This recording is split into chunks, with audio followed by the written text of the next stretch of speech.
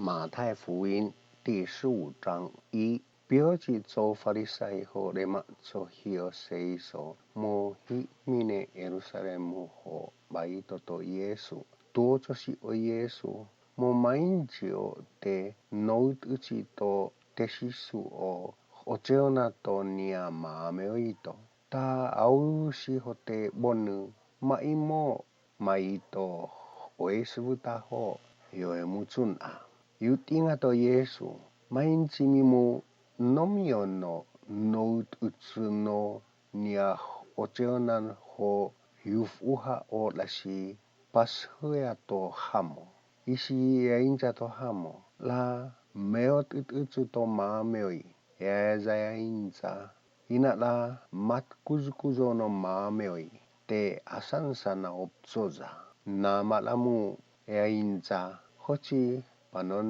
te miusnu no maameoi hoya inja ion to uti tha utsumu os otsu atsuha faini to hamo ho anate si ahuya aututsana maameoisi mimu tithotonia ocheocheona ho peuzenito to hamo meumnuchi chou o sila pas unamu to Isaiah ho eochachie tus tuhchu isi ainja to hamo atatiskova that's o boemita sumsu ho inua o tohunghe mo momchovia la he tauna na zo mashu o oesvutata chou o la he hiam kuwa o moch o achuhu afeung se isi eteuna to susi to Yesu o botungono chichou miusni ho heainja temu temalu la ya za ta hongi iola mitongai o ta chou ho yumumu chi machuchuma o ate kwa cha ita chou ai o lai no mitangai o ta chou ho yuya fonate me de kwa cha ita chou atavesi o tesito Yesu ihe eusvuta oskocho hivi nei he talui to chou farisai o Yesu mo na no tamakvo ut ingato Yesu na afu o ai siemu ato amo upepechi chatsufea te atsuha tuefisi te avahi atsumasahini mini bukenguchi dea hafo hochi hafano bukengu atia tu te ai pohu su ai monu no feong enja to petero tekon he sansana mina ausna tai po usa tan enja to Yesu mimun asiat humaitan ho totiski si motsmoho o te tamahong o ai mueno chohivi iola hafu tangai ho imuchi machuchuma homichu yondatsu o atenats ueno te eafa ating yola tangai ho yuafo mo mino tohung aina moeno mai chana te kwa cha ita chou mai cha omoi mito tohung ta chou ho yuafo la ya ma ochi kuichi koyu emo mai chachi kuichi koyu dasi poa peis ununo opchoi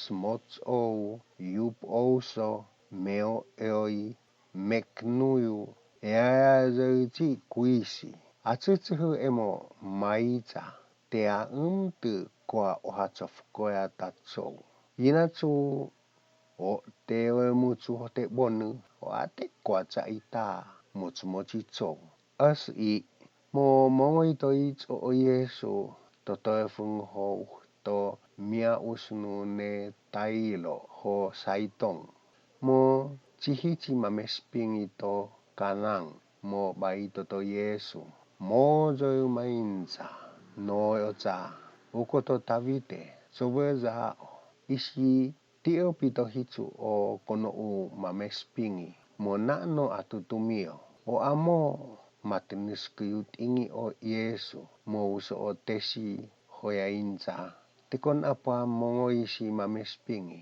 Mo tofe niya to ho apa ezu mo mozoi.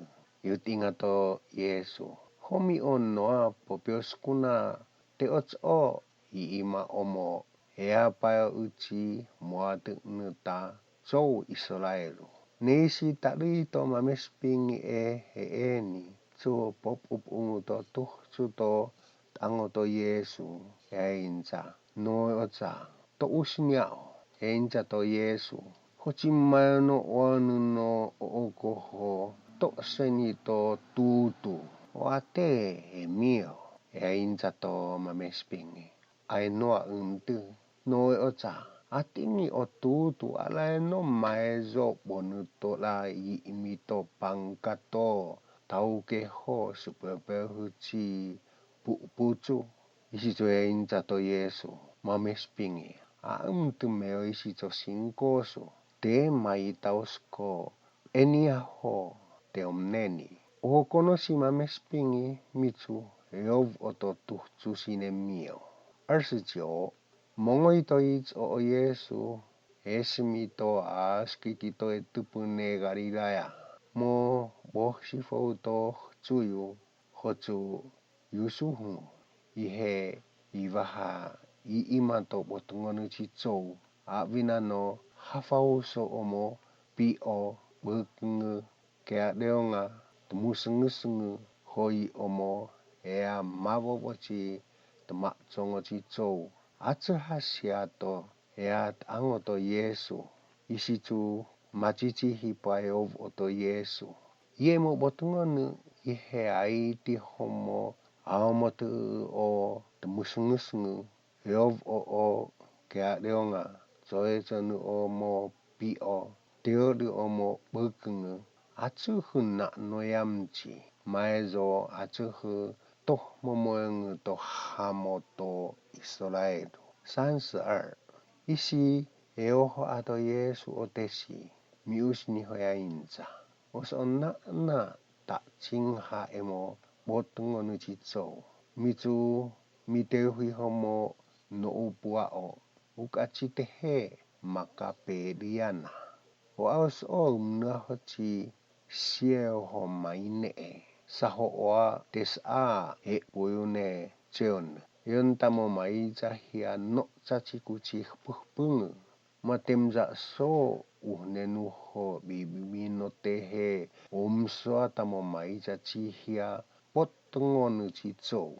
Isi tuoto sito Yesu. Mo pio na pangmo. Iheut inga. Mo pituchi pang ho pio chi okonoyosku. Isi tu chuchufunito Yesu omo botungonu hopa yusuhu to chewa. Ea omo pituchi pang ho pio chi okonoyosku. To aveve to hamo. Tipchia faini to tesi. O tesi yetu iwaha angazeni tomo botungonu. Mo atsuhu bonu avinano oyose. Ihe pupuea to tesi o pupuchu no ongatsubu. Teong chungchi omo pituchi skayu. Omo yoseu hochi tapeoha oma mespingi ho oko. Mo posiso spot. Isitu poa apeaski to Yesu o botungonu. Atavi bohsifo to apangu. Mo usunu to mia usunu ne makatan.